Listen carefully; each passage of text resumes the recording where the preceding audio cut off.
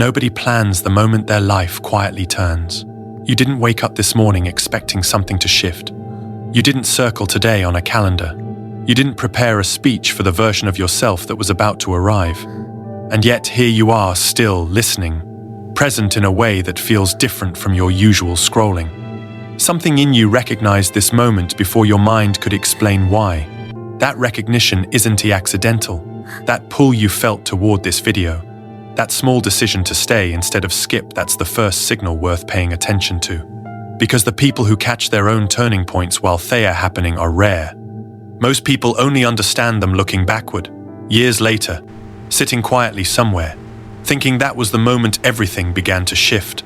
You're catching yours now, while it's happening. Here's what nobody tells you about real change. It doesn't arrive with noise.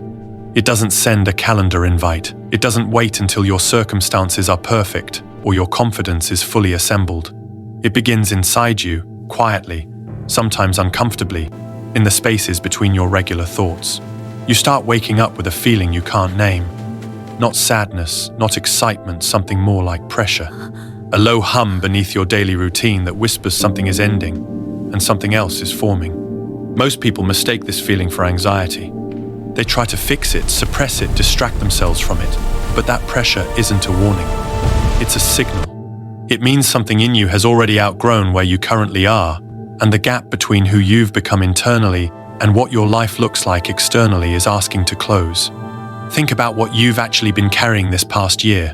Not just the visible struggles, the ones you talk about, but the quiet ones. The decisions you made in private that nobody saw. The moments you chose differently than the old version of you would have. The times you stayed silent when you used to argue. The times you walked away when you used to stay and bleed. Those moments didn't feel significant when they happened, but they were building something structural inside you. Every time you chose awareness over impulse, patience over panic, clarity over noise, you were reinforcing something that your future self is going to stand on. You were quietly becoming someone who can hold a different kind of life. Here's the part that frustrates most people in this phase. You've done the internal work. You can feel the shift, but your external reality hasn't caught up yet. You're a different person, still living inside the same circumstances. Same room, same problems, same faces, same routines, but nothing fits the way it used to. Everything feels slightly too small, like wearing clothes from 3 years ago. And because nothing outside has visibly changed, the mind starts questioning whether anything is actually happening. It starts whispering that maybe you're imagining it. Maybe the shift wasn't real. Maybe you're just in the same loop with better language for it. This is the most dangerous phase of any transformation, not because nothing is happening, but because everything is happening underground, where you can't see it yet. A seed doesn't look like a tree. It doesn't have the shape, the height, the branches. From the outside, soil is just soil. Nothing moving, nothing visible. But beneath that surface, something irreversible has already begun. The cellular structure is reorganizing. Direction is forming. The process that leads to the tree is already underway, it just hasn't broken the surface yet. Your life right now is exactly that soil. The process is already in motion. The reorganization is already happening. But you're standing above the ground, looking at dirt, wondering if anything is alive underneath. It is. And the fact that you can feel it even though you can't see it yet, that's not delusion. That's sensitivity to a process most people are too distracted to notice. Now let's talk about what this phase actually does to you physically and mentally, because this part rarely gets named clearly enough. Your tolerance for noise starts shrinking. Things that used to entertain you start feeling empty. Conversations that used to feel normal start feeling hollow. You find yourself wanting less stimulation, not more. You're sleeping differently, thinking differently, even moving through your day with a slightly different quality of attention. You notice details you used to overlook. You catch patterns in situations that used to feel chaotic. Your emotional reactions are slower, not because you've gone numb, but because there's a space growing between what happens and how you respond to it. That space is everything. In that space lies your ability to choose instead of react. And choice, real, conscious, deliberate choice, is the foundation of every life that looks different 5 years from now than it does today. People talk about discipline and motivation like they are the engines of change. They are not. The engine of genuine change is perception. When you begin to see yourself differently, everything that follows is downstream of that shift. You stop chasing things that don't match who you're becoming. You stop accepting situations that contradict what you now understand about your own value. You stop performing effort in directions that your instincts have quietly disqualified. This isn't laziness. This is discernment. And discernment is only available to people who have done enough internal work to know the difference between fear making a decision and wisdom making a decision. You're starting to know that difference. That alone puts you ahead of where you were 6 months ago, in ways that don't show up in any external metric. Let's talk about what favor actually looks like in real life, because the version most content sells is a myth. Favor isn't a lightning bolt. It's not a sudden windfall or a miraculous coincidence. Real favor looks like a conversation you're finally ready to have that opens a door. It looks like an opportunity appearing that matches a skill you quietly developed during a hard season. It looks like a person entering your life who can only recognize your value because you finally stopped hiding it. Favor is precise, not random. It's responsive, not arbitrary. It responds to your frequency, to the internal state you're consistently operating from. And when your internal state becomes stable, clear, and aligned with where you're trying to go, the external world doesn't ignore that. It reorganizes around it, slowly at first, then all at once. Here's what accelerates that reorganization: stopping the internal leaks. Every hour you spend in comparison is an hour your energy isn't building anything real. Every mental argument you rehearse with someone who isn't in the room is energy that could have gone towards something that actually moves your life forward.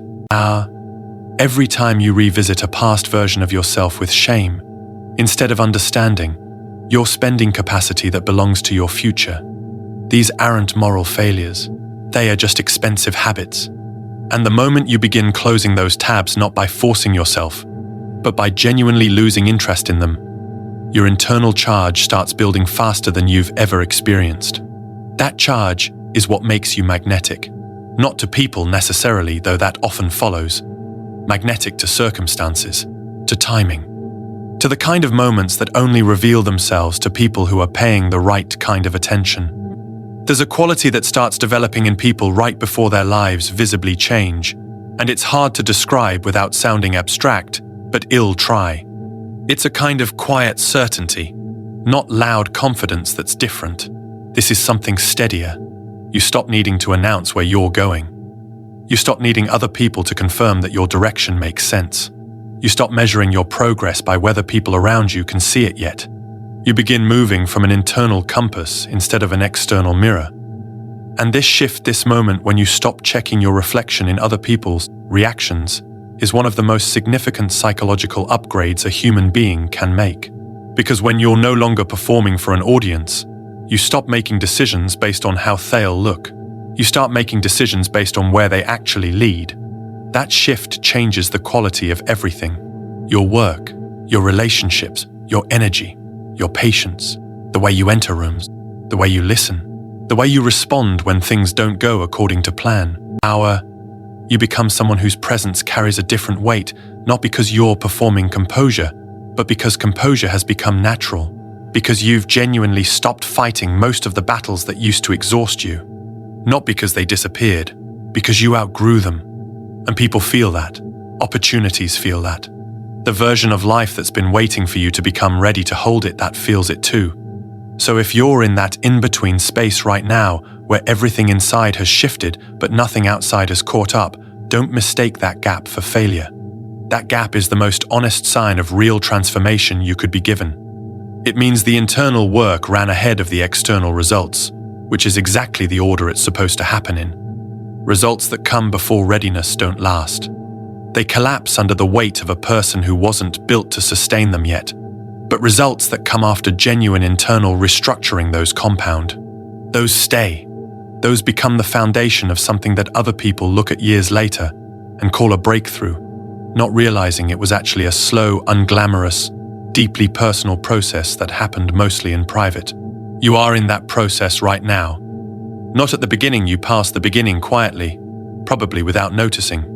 You're somewhere in the middle, which is both the hardest and the most important place to be. The middle is where most people quit.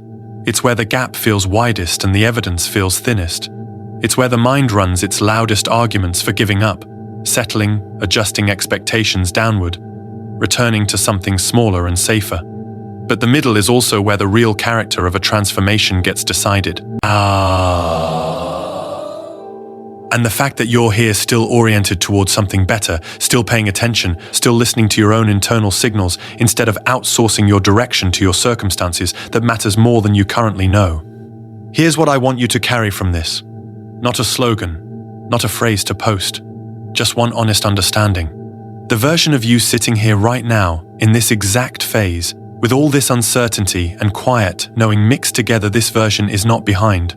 This version is exactly where a real transformation requires you to be before the next layer becomes available.